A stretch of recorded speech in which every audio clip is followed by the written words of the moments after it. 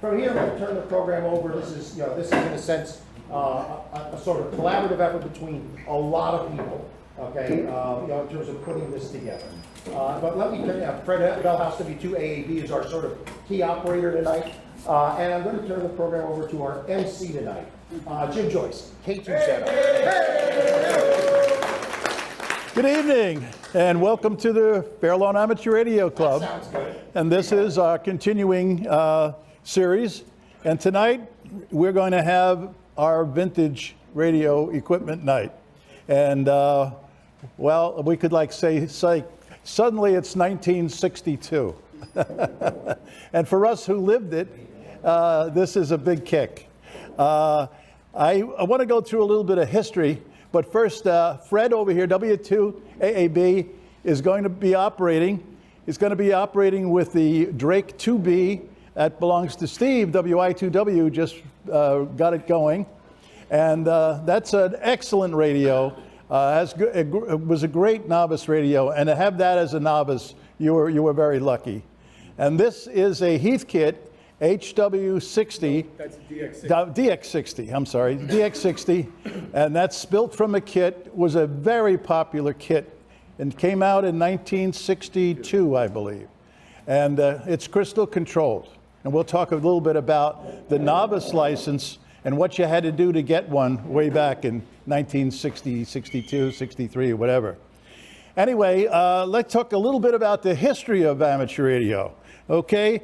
The amateur radio license started in 1912, okay? And licenses were issued by the Department of Commerce.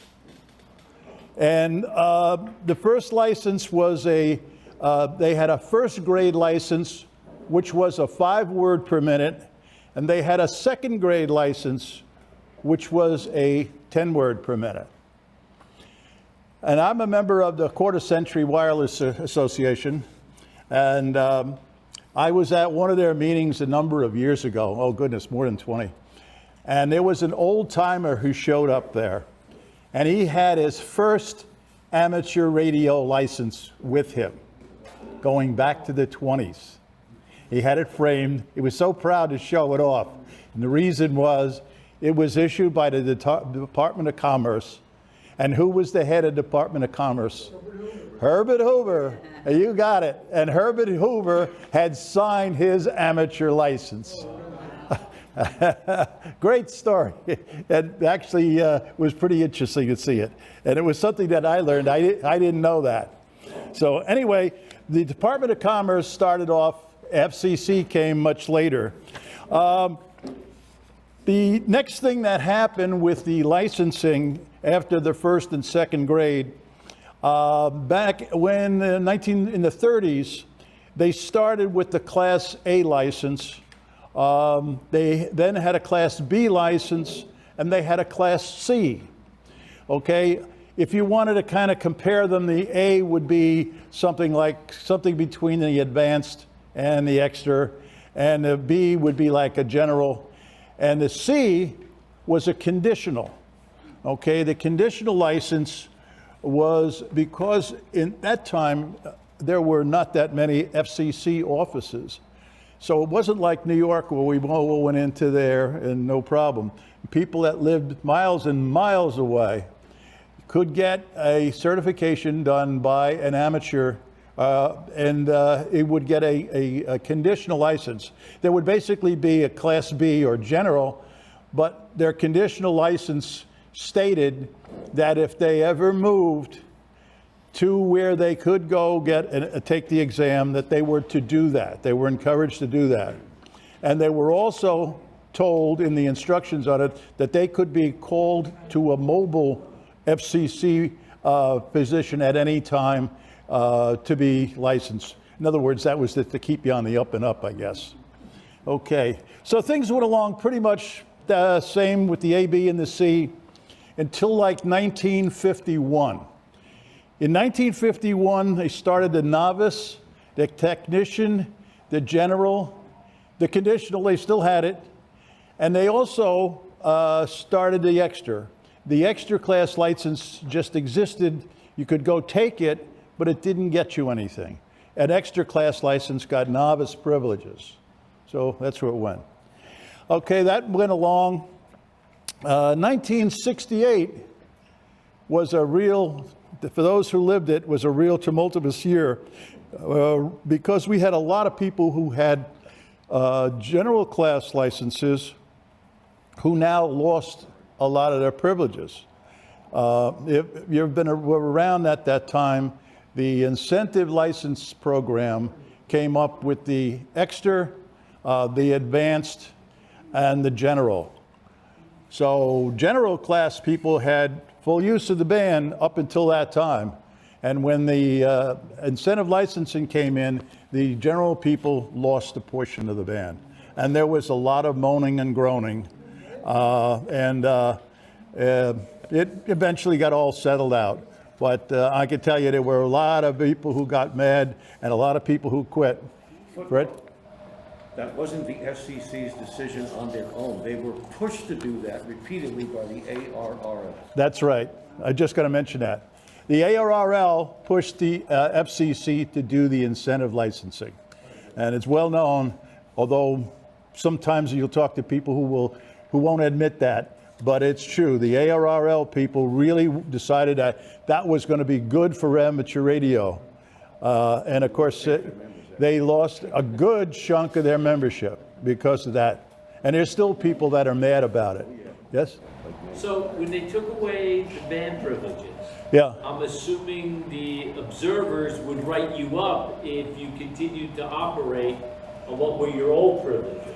Well, you have to remember that the handbook did not list, not until much later, did the handbook list the class license. The call book, not the handbook, the call book. Okay? The call book, so when you talk to people now, you can open the thing up, you can see the class license the guy has. But in those days, when the call book came out and started to list the class of license, there was a lot of people that kind of disappeared off certain frequencies. So that's what happened there. But there was a lot of turmoil during that time, let me tell you. So anyway, after the incentive license thing, the next thing we had was the VEC program. So now the VEC program, in 1982, the FCC changed their rules, and now they started the volunteer exam program. By the way, this program also changed for the commercial license, okay? Although I got my commercial license from Mr. Finkelman over in New York. We was just talking about him. And, but you could now get your commercial license from a volunteer. And the W5YI people who are the VEC for amateur are also one of the VEs for the commercial. So, all right, let's see. Okay, next big event that happened in the amateur world was 1990. What happened in 1990? Everybody know? No code with a technician. No, and Tech Plus. Okay.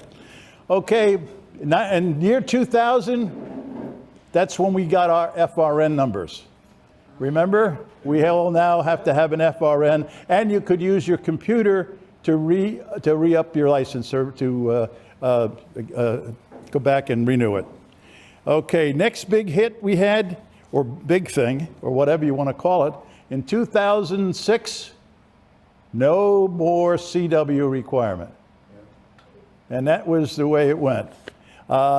Didn't go into too much more of it, but if you go on Wikipedia, there's a whole big thing about licensing that includes a lot of other things in the rules and stuff. It was very interesting. Okay, let's get back to novice, and then Fred's going to start making a contact for us, calling. What did you do when you got interested in radio?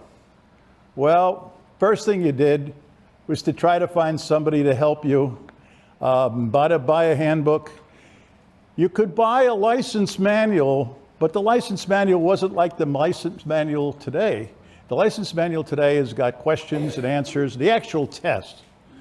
Those old-time ones, they just had more theory. They were like a like a college book, such. They weren't as easy, let's say. You had to really work at it. And they didn't give you the word for word description of the question and answer. But they were good, and they were the only thing we had. Except we had one other thing. I got to show it to you.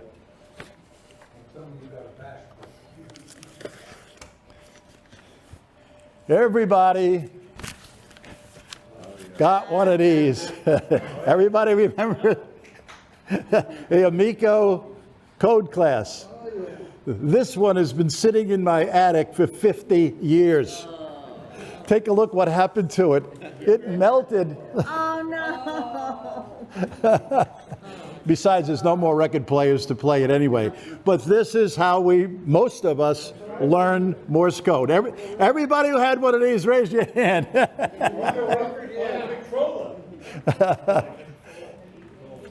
People would drive their parents nuts playing this thing all night long. But at least they weren't doing bad things. Anyway, just to finish up a little bit on the novice class license. The novice class license was good for 1 year. That was it. You had your shot, that was it. Although you could go get another one, but you had to go through the whole procedure again. What you had to do is write a letter to the FCC. They would send you an envelope with another envelope inside of it. The other envelope inside was the test, and you had to take that.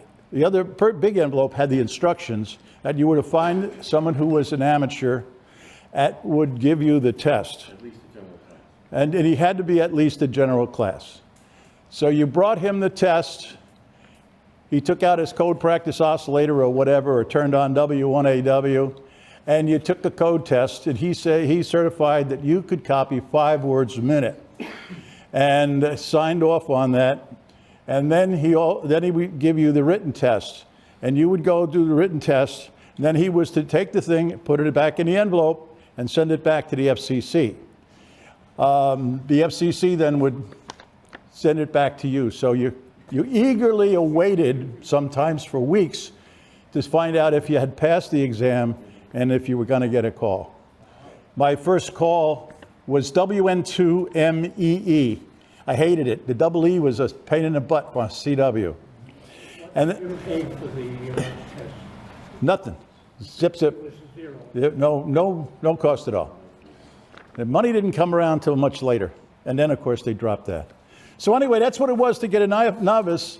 And of course, at that point, we all had it drilled into us. The FCC was watching. And we were always worried that we'd make some mistake and do something out of the band, and they would come knocking on the door. Don't forget, our local FCC engineer was in Englewood. That's right. He would visit you. And he would visit you. All the time. He would visit you. He liked that. Yeah, we did have our local FCC guy. He was pretty active. The other thing that I have to do is remember is that everybody knew everybody on a certain frequency, because remember, the rules were crystal control. You couldn't have a variable knob to change your frequency on your transmitter. So not everybody was on the same frequency, but when you had a crystal and you were at 71 such and such, and your buddy was on there every night, you'd talk to him, and then you say, oh, I'll go buy a crystal, and I'll get another one that's up a few more KC, and then you'd find another group of people to talk to. And that's what we did as novices. And Fred's going to do it again. So there we go. And I think, anybody have any questions or comments or put in? Jim? Jim, you want to mention how we changed the frequency on the crystal? Oh, yeah. Everybody knows that inside a crystal, there's a piece of quartz. And the piece of quartz is a tiny little thing about the size of a dime, very thin, and it's held between 2 plates. And it's in the circuit of a tube, and it oscillates at a certain frequency. Well, in order to make a crystal, they actually grind that piece of quartz, remove or add, well, they can't really add material. But we did find a way to do that. What we would do if we wanted to make the frequency go up, we took a piece of glass and just like a window pane, laid that on the table, got some of your mother's Bonami that she used to clean the sink. It's just a mild abrasive. Put some water in that and mix that up and mix it. Took the crystal out of the crystal holder and rubbed it in a figure-8 pattern. Was very careful. You had to do it a figure-8 pattern. At least I was told that. And it would take that crystal and grind it down. And then you cleaned it off in the sink and you put it back in, stuck it in and listened to see where the frequency had moved to. And I remember doing that for hours because I was afraid that I'd go too far and I'd be out of the band and the FCC would come and get me. And the other trick was, as Jim mentioned, you could take the frequency down. And the way you took the frequency down, you took your crystal apart and you took your lead pencil and your, number 2, held that little thing and you scribbled on it. And it added material to the crystal, and it would make it resonant at a lower frequency. You put the crystal back together again, and then you could move down, and you find a whole new group of guys to talk to. Completely cocked out. So what were you looking at to set up a station, and what crystals cost back then? Most of the crystals we had were all surplus World War II crystals. They were all, just about every one of them was, right, Fred? $1.50. Yeah, $1.50, $2.50. And of course, what you did is you would trade them with your buddy. There's a 1963 call book that actually is mine, and there's crystals advertised in there for $3.95. That's brand new. That's brand new. Brand new. But But you can also buy a 10 through 80 vertical for $19. But you could also buy a radio for $650. right. That's for the megabucks people. All right, so with that, any other questions? We're going to get going? Yes. So what was the first rig that you owned? The first rig that I owned as a novice, I had a transoceanic radio. And now that's not a real good ham radio because it doesn't have a BFO in it, but I didn't have any other money. So what I did is I found a circuit in Popular Electronics to make a BFO so you could copy CW. And I made this little thing in a box, and I powered it up, all the radio, and I had it on top of it, and I could move it, and I could copy CW, but it still wasn't good. So what I did is I saved all the money I had, and I bought myself a Drake 2B receiver. My advice from the fellow who had given me the test was, why don't you spend all the money on the receiver, and I'll help you build a transmitter. And I found a transmitter in the handbook, which was 2 tubes, a 6AG7 and a 6146. You plug your crystal in, get it all in, press it, and doggone if it didn't work. So that's how I got on the air. Last question here. Yeah. Any idea how many people were involved in ham radio in the 60s? Well, what was again? What the question was? How many people? What? How many people? How many large your licensees? population? How many hands were there? 250 some odd thousand, I think, Yeah. in the United States. 250,000. In this country, about 250,000. About 250,000 at that time. Yeah, oh yeah, yeah. And of course, there's 700 and something thousand now. The most we've ever had. Okay, well, that's enough for me. Fred, you're on.